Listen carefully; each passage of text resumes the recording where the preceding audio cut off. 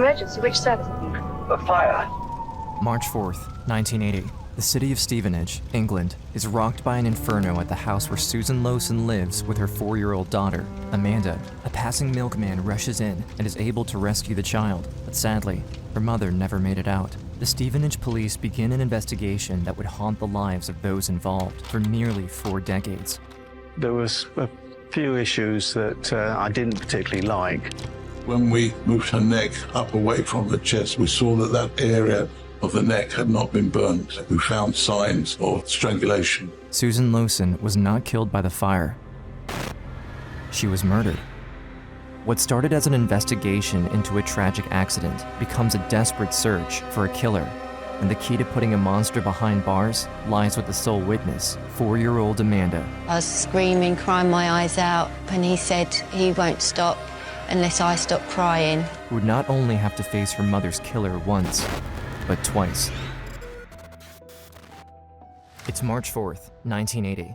The small city of Stevenage, England, wakes up to smoke rising from the second-floor window of the home of Susan Lowson and her 4-year-old daughter, Amanda. A milkman, Michael Knowles, who was out making his morning deliveries, was first on the scene of the raging fire. From outside the burning home, he can hear the cries and screams of a trapped child. Without hesitation, Knowles rushes in, braving the fire and thick smoke, heading into the darkness and toward the cries for help. The milkman smashed the door in, and he took me down the stairs, and I looked at my legs and I could see I was burnt. Inside, he finds 4-year-old Amanda on the stairs, waiting for rescue. She is miraculously alive, but badly injured. Knowles carries Amanda out of the blaze and to safety, saving her life. Shortly after, the fire department arrives and manages to bring the raging fire under control, finally allowing police inside to begin their investigation. In the upstairs bedroom, they find that Amanda's mother, Susan, had perished in the inferno. Unfortunately, fires of this kind are not uncommon in the 1980s, and an official ruling is made finding the fire to be an accident, likely just another case of someone falling asleep with a lit cigarette. But what investigators will find as they dig a little deeper will unravel a shocking crime, the effects of which wouldn't be fully known for decades. Susan Lowson and her 4-year-old daughter, Amanda, live a quiet, peaceful life in the city of Stevenage, Hertfordshire, about 20 miles north of London. Recently divorced, Susan is dedicated to giving the best life she can to Amanda, despite the recent turmoil. Just left me and my mum, and we were just really close. It was the two of us, so we spent a lot of our time together, and I just remember lots of fun, happy times. The two settle into a 2-story house, just a few blocks from where Susan's parents live and rent out the extra space. Though they have their fair share of struggles, Susan and Amanda spend almost every minute together, and for Amanda, her mother is everything. I'd sleep in her bed with her, then whatever was happening that day, we would generally be together. Until all of that was ripped away on the morning of March 4th, 1980. It appears at first that a tragic accident claimed the life of the young mother and left her daughter severely injured and alone, but Detective Constable Peter Harper isn't so sure. Something about the scene feels off. The way the flame spread seems intentional. I could see burning to the left-hand side bottom of the bed, which led me to think, well, triggered me a little bit. How could the fire have started at the bottom of the bed if Susan had dropped a cigarette in her sleep? His suspicions are overruled by the other investigators. They actually did call out a forensic scientist, and he didn't agree with my interpretation. However, a mandatory autopsy reveals something far more sinister. After examining her body, forensic pathologists uncover clear signs of strangulation that, amazingly, survived the fire. When we moved her neck up away from the chest, we saw that that area of the neck had not been burnt. Stevenage police make a new ruling as it becomes clear that they are not investigating an accidental fire, but a murder. I realised then obviously my suspicions were correct. I phoned up the detective inspector at Stevenage and I told him we have got a murder on our hands. With Amanda recovering and under the care of Susan's parents, the police begin a new investigation. With a changed perspective on the case, they look for clues as to who could have killed a single mother and left her child alone to die in a fire. In the kitchen, something grabs Detective Harper's attention. There was 2 cups and 2 plates. It struck me that it was 2 plates and cups that had been used by adults rather than a mother and child. Someone else had been at the house prior to the fire being set. Only one fingerprint survived the blaze, but one is all they need. Police begin the arduous task of matching the fingerprint, and through hard work, they find a potential match on file, a local man named John Dickinson. At first, Dickinson seems like a perfect suspect, having a violent past and a history with police, including a conviction for burning down several apartments in the 70s, for which he served a 3-year sentence. This discovery that John Dickinson was an arsonist was a critical tipping point for the police. But still, there was no concrete evidence Dickinson was the one who started the fire, just that he was at the house. As it was known, Susan rented out her extra room. It was more than reasonable that Dickinson could have been in the home inquiring about a place to stay. If the Stevenage police would want to make an arrest, they need more. They need an eyewitness. Although severely injured and in the hospital, Amanda recovers. I suffered burns to my legs, both feet, and I needed to have skin graft operations for the burns. Her little legs were burnt terrible. It was when I first time I saw them, and I thought, oh God, you know, she had all these grafts, and it just looked terrible. The police are also worried she may be a target for surviving the fire, so Amanda is placed under 24-hour watch to assure her safety. While she's in the hospital, Amanda's 5th birthday passes. Her remaining family, including her grandparents, aunt, and uncle, do their best, but after losing her mother and her home in one grisly act of violence, the 5-year-old is inconsolable. I went down the hospital, I could hear a little girl crying, mummy, mummy, and of course it was Amanda. And she was just hysterical. All she wanted was her mum to come and give her a big cuddle and make everything all right, which wasn't going to happen. Each day is a challenge, and adjusting to her new life would be the beginning of a battle that would last for years. The police know if they want to catch who is responsible, they need Amanda's help. But time is ticking away. When the police finally interview Amanda, they present her with photos of several men, hoping to narrow the search. The 5-year-old studies the photos and describes every detail she can remember. Initially, it was quite difficult for the police to interview such a young child about what had gone on. One of the things that she did say to them was that, a man had been present and had hurt her mummy. They said I had to look at photographs of men and I had to say if it was him or not, if it was the man. Eventually, Amanda's eyewitness testimony and the physical evidence from the scene give the police the confirmation they need to arrest Dickinson. But what Amanda does not tell the police becomes a closely guarded secret she carries with her for years to come. A secret about what else she saw the morning her world had changed forever. John Dickinson is arrested shortly after. I went to the address where he was living. He was quite aggressive. As soon as he is in custody, he attempts to shift the blame by placing the fault on Susan herself. The following months become a media circus, with tabloids and newspapers printing every detail John Dickinson claims to be true, without question. The first week of the trial comes out with this story about how Susan had asked to be tied up in some sexual game. Then he fell asleep, and when he woke up, she was dead. That was his flimsy excuse. The trial takes its toll on Susan's family. Every headline becomes another weapon Dickinson can use to attack Susan's memory, and he does so with the help of the media. Despite all this, in September of 1980, after 2 weeks on trial, John Dickinson is convicted and sentenced to 18 years to life behind bars.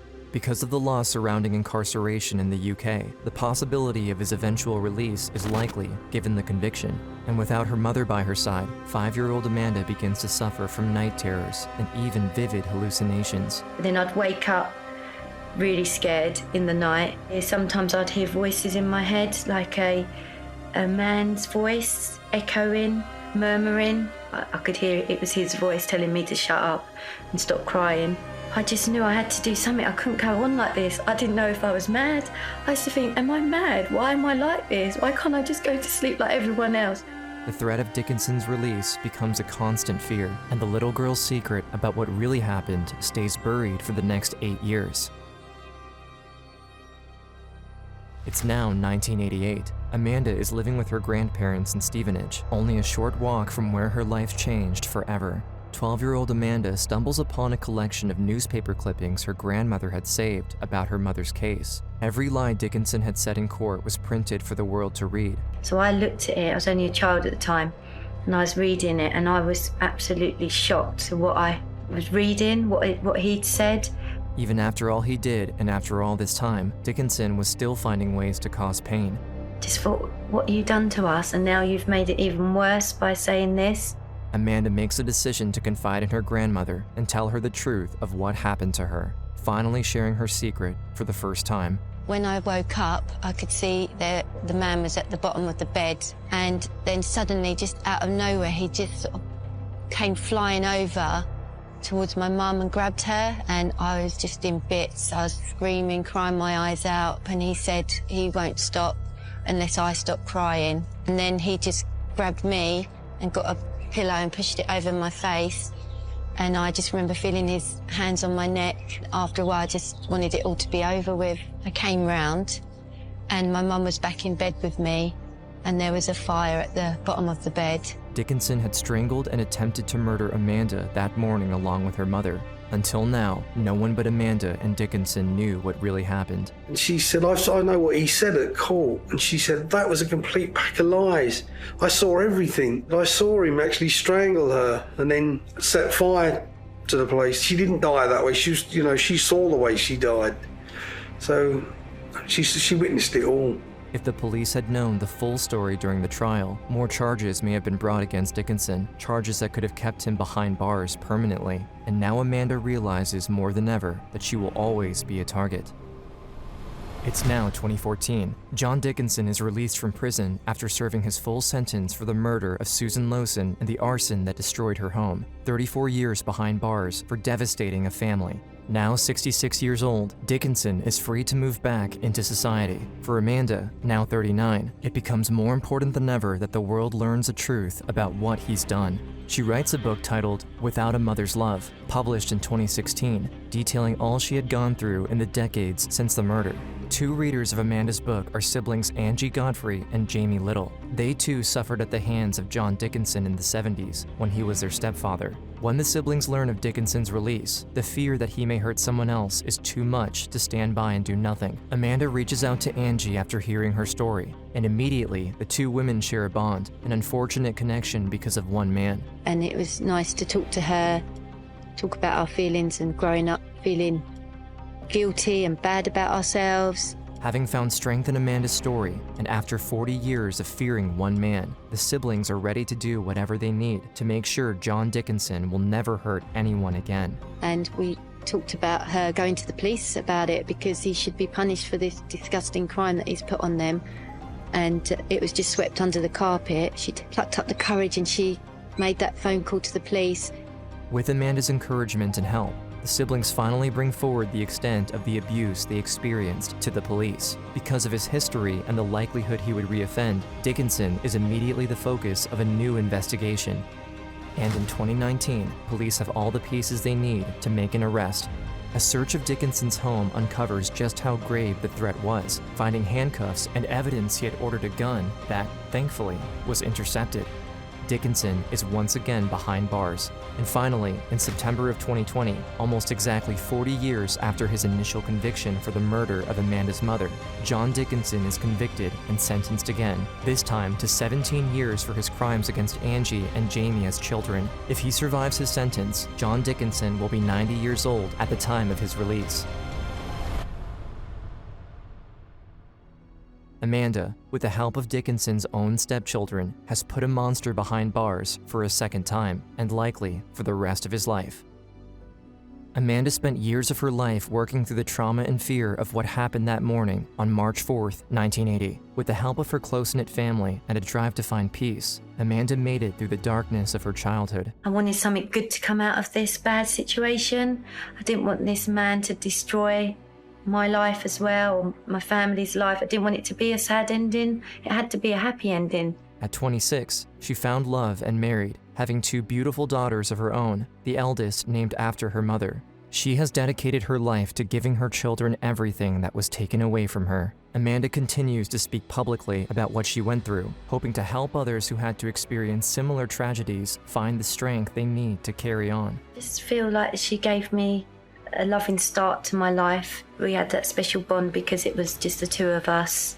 Amanda also pioneered a series of after-school clubs for children with working parents, providing a safe place for them to be together after school hours. And, even after 4 decades, Amanda holds on to the vivid, everlasting memories she has of her mother and of the time they spent together, however short that time was. It's a really good life.